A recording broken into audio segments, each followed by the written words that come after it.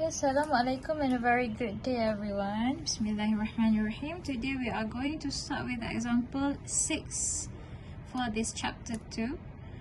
So for example 6, basically we are going to be covering learning outcome part 2.1 part D and E. Okay, so for this learning outcome, you should know how to interpret displacement against time, velocity against time, and acceleration against time graph.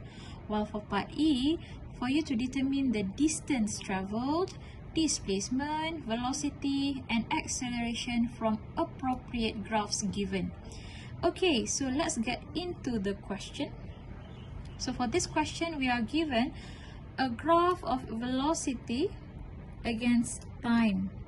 Okay, so reading the question, an object is at x equals to 0, meaning that displacement equals to 0 at t equals to 0 and moves along the x-axis according to the velocity against time graph in figure 2.4. Okay, so this is the graph of velocity against time. So for the very first part, part A, it asks what is the object acceleration. Acceleration between time equals to 0 second to time equals to 4 second here. Sorry, 4 second here.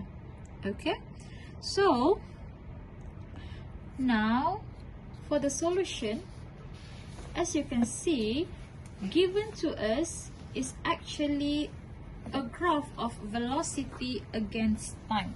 Okay, a graph of velocity against time. So for a velocity against time graph,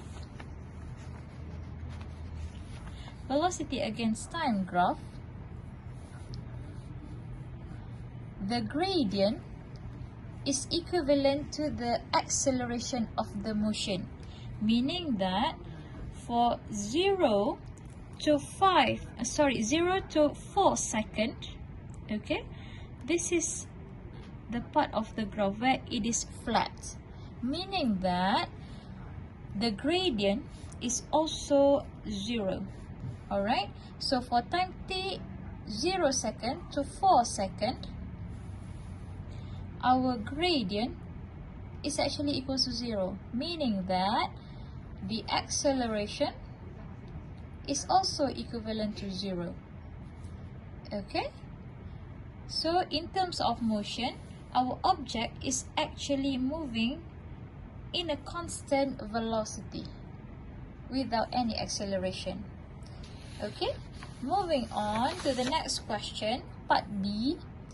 What is the object acceleration? Once again, acceleration between 4 second and 9 second. So 4 second is here, okay, and then 9 second is here. Alright, so between these, what is the acceleration of the object? So for 4 second and 9 second, it is involving this line here. So we want to find the gradient of that part of the graph. So once again, I've noted to you that for a velocity against time graph, the acceleration is actually equivalent to the gradient of the graph.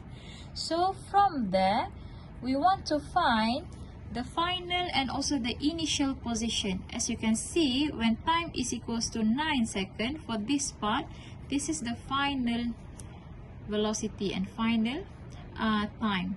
And then for this part, it is actually the initial one.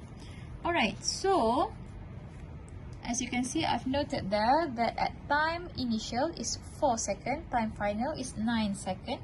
So we want to find the acceleration, we want to find the change in velocity divided by change in time. So V final is when time is final, V initial is when time is initial. So you want to substitute in the value. So the final velocity when time equals to 9 seconds is 18, and then the initial velocity when time equals to 4 is negative 12. All right, this is negative 10 is here, so it is negative 12. All right, so you want to find the difference between them and divide by difference in time. So you should be getting the answer as 6 meter per second square as the acceleration. Okay, so that's for part B. Then moving on to the next question, there is question part C. What is the object acceleration between 13 second and 18 second? Once again acceleration, but this time between 13 and 18. So where is 13? Basically 10, 11, 12, 13. So this is 13. Okay, and 18. So this is 15, 16, 17, 18. So this is our 18.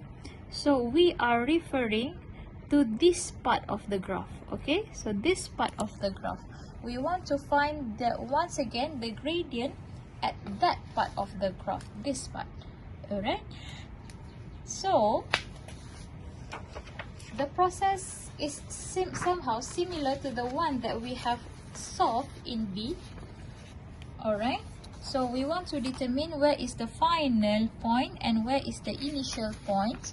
So for this part, as you can see, the initial point should be here, and then this is the final point. Alright, then so as I've noted there, T initial is 13 second, T final is 18 second.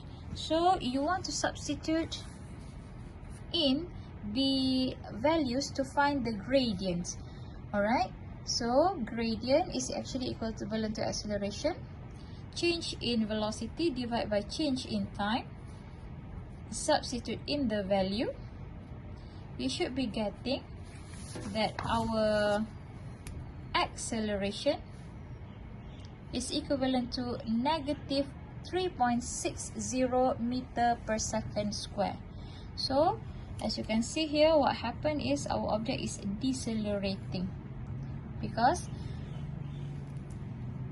the acceleration value is negative, meaning that it is decelerating. Okay, so for this example 6, I have to split it into 2 videos, so I'll see you in the second part of this example.